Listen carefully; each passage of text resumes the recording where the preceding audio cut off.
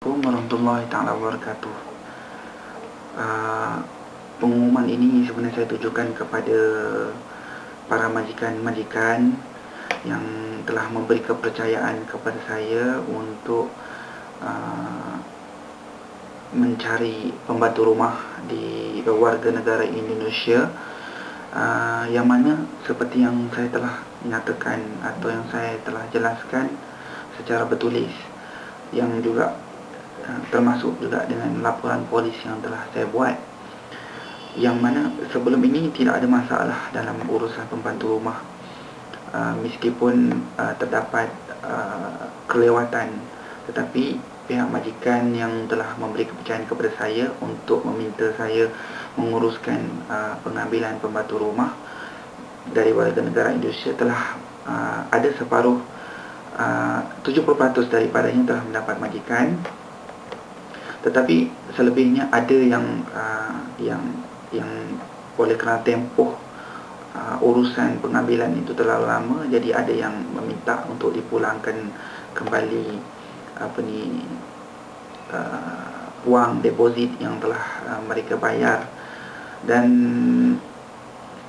saya ingin jelaskan di sini apa yang berlaku sebenarnya adalah masalah yang timbul di pihak yang ketiga, iaitu majikan dengan saya tidak ada masalah.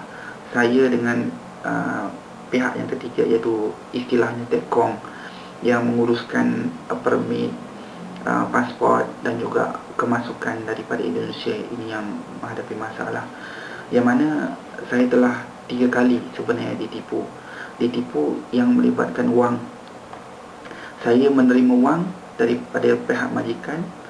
Di sini saya mengeluarkan resit secara rasmi yang menggunakan resit syarikat saya, dan kemudian saya menghantar wang deposit ini ke pihak yang ketiga, Tekong, menggunakan kiriman wang iaitu Western Union, dan semua transaksi itu mempunyai rekod yang mana yang saya simpan.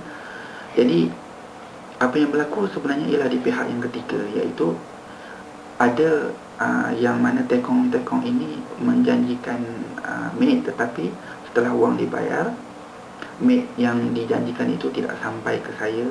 Ada yang alasan-alasan lain lah. Alasan lain, ada yang mengatakan bahawa maid itu membatalkan niat dan hasrat untuk datang ke sini. Ada yang maid itu sudah setuju daripada Bandung ke Medan. Daripada Bandung itu 5 orang, yang sampai ke Medan cuma 1. Ada juga kes yang mana kita telah bawa maid ini ke pihak immigration di Indonesia untuk membuat pasport. Di pejabat immigration itu, setelah pasport itu dalam proses untuk dibuat, pembantu rumahnya lari. Mungkin ada sebab-sebab yang menyebabkan pembantu rumah lari, mungkin sebab fobia dan sebagainya. So ini perkara yang menyebabkan kerugian yang saya tanggung, yang mana saya di pihak majikan, saya faham di pihak majikan itu telah memberi kepercayaan kepada saya. Soal saya di pihak dengan Indonesia itu bukan di bawah fikiran pihak majikan.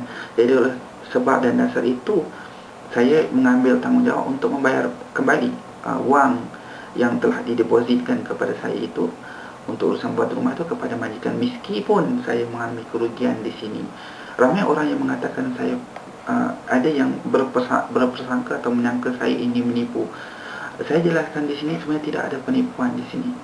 Saya melakukan transaksi itu dengan rekod, artinya uang yang terima daripada pihak majikan saya keluarkan resit, dan uang yang dikirim ke pihak Tekong yang ketiga juga melalui sistem yang mana saya mempunyai resit pengiriman wang.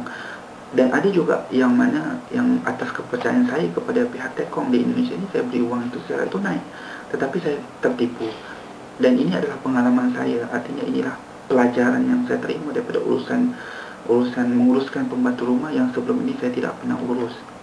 Dan saya bukan ejen yang artinya berdaftar. Kenapa saya melakukan sebelum ini? Hanyalah semata-mata untuk membantu, kerana saya sering ke Indonesia dan juga saya kenal dengan beberapa orang di Indonesia. Dari situ saya cuma sekadar membantu, kepada pihak majikan di sini. Jadi saya memberi pengakuan di sini kepada majikan-majikan yang tidak berpuas hati, yang mungkin sebab kerana proses itu lambat atau mungkin telah ingin membatalkan pengambilan ini. Jadi saya mengambil inisiatif atau mengambil tanggungjawab untuk mengembalikan wang deposit yang telah pihak majikan di sini bayar. Ada yang saya, oleh kerana masalah penipuan ini menyebabkan saya kerugian, jadi saya terpaksa mengambil wang ataupun sumber daripada sumber yang lain yang bukan daripada sini. Jadi mengalami sedikit masalah kelewatan pembayaran balik kepada pihak majikan. Ada yang majikan saya baru bayar sedikit, ada yang majikan saya belum bayar. Jadi saya meminta maaf atas kelewatan itu. Dan saya juga melahirkan rasa duka cita di atas masalah yang berlaku di sini, yang menyebabkan masalah juga di pihak majikan, iaitu ya saya faham mungkin ada yang agak terdesak untuk jaga anak dan sebagainya. Saya sebenarnya minta maaf di atas apa yang berlaku. Sekian, terima kasih.